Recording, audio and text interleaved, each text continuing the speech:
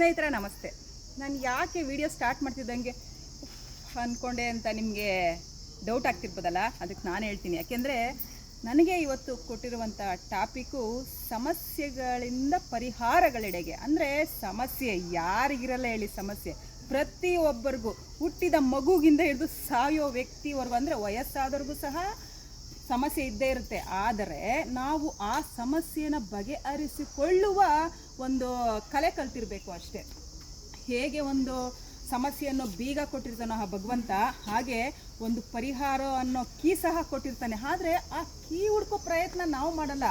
ಆ ಕೀ ಹುಡ್ಕೋ ಪ್ರಯತ್ನ ನಾವು ಮಾಡಿ ಆ ಸಮಸ್ಯೆಯನ್ನು ಬೀಗನ ಓಪನ್ ಮಾಡಿದಾಗ ಖಂಡಿತ ಅದಕ್ಕೊಂದು ಪರಿಹಾರ ಸಿಕ್ಕೇ ಸಿಕ್ಕುತ್ತೆ. ಹಾಗಾಗಿ ನೀವು ಸಹ ನಿಮ್ಗೇನೇ ಸಮಸ್ಯೆ ಇರಲಿ, 1000 ಸಮಸ್ಯೆ ಇರಲಿ, ಚಿಂತೆಯಿಂದ ಚಿಂತನೆಗಳಿಗೆ ಅಂತಾರಲ್ಲ, ಹಾಗೆ ನಮ್ಮ ಸಮಸ್ಯೆನ ಬಿಟ್ಟು ಬೇರೆದ್ರ ಕಡೆ ಚಿಂತೆ ಮಾಡಬೇಕು.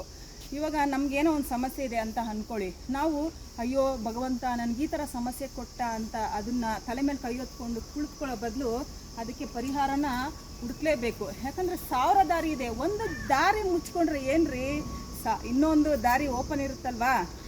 ಹಾಗಾಗಿ ಪ್ರತಿಯೊಂದನ್ನು ನಾವು ಹೇಗೆ ಮಾಡಬೇಕು, ಹೇಗೆ ತಗೋಬೇಕು ಅನ್ನೋದನ್ನು ಹುಡುಕಿ ನಮ್ಮ ಸಮಸ್ಯೆನ ಪರಿಹಾರ ಮಾಡ್ಕೊಳ್ಳೋದ್ರ ಕಡೆ ಮಾತ್ರ ನಮ್ಮ ಗಮನ ಹೋಗಬೇಕು. ಹಾಗಾಗಿ ಯಾರಿಗೆ ಏನೇ ಸಮಸ್ಯೆ ಇರಲಿ, ಭಯಂಕರ ಸಮಸ್ಯೆ ಇರಲಿ, ಬೆಟ್ಟದಂಥ ಸಮಸ್ಯೆ ಇರಲಿ, ಪರವಾಗಿಲ್ಲ, ಅದನ್ನು ನಾವು ಈಸಿಯಾಗಿ ತಗೊಂಡು ಅದನ್ನು ಪರಿಹಾರ ಮಾಡ್ಕೊಳ್ಳೋದು ಹೇಗೆ ಅನ್ನೋದನ್ನು ಕಲೆನ ನಾವು ಕಲಿತಾಗ ಖಂಡಿತ ಯಾವ ಸಮಸ್ಯೆನೂ ದೊಡ್ಡದಲ್ಲ ರೀ. ಯಾರಿಗಿಲ್ಲ ಹೇಳ್ರಿ ಸಮಸ್ಯೆ? ನನಗಿಲ್ವಾ? ನಿಮಗಿಲ್ವಾ?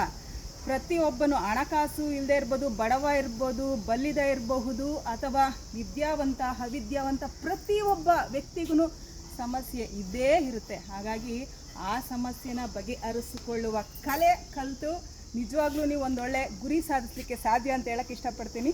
ಧನ್ಯವಾದಗಳು.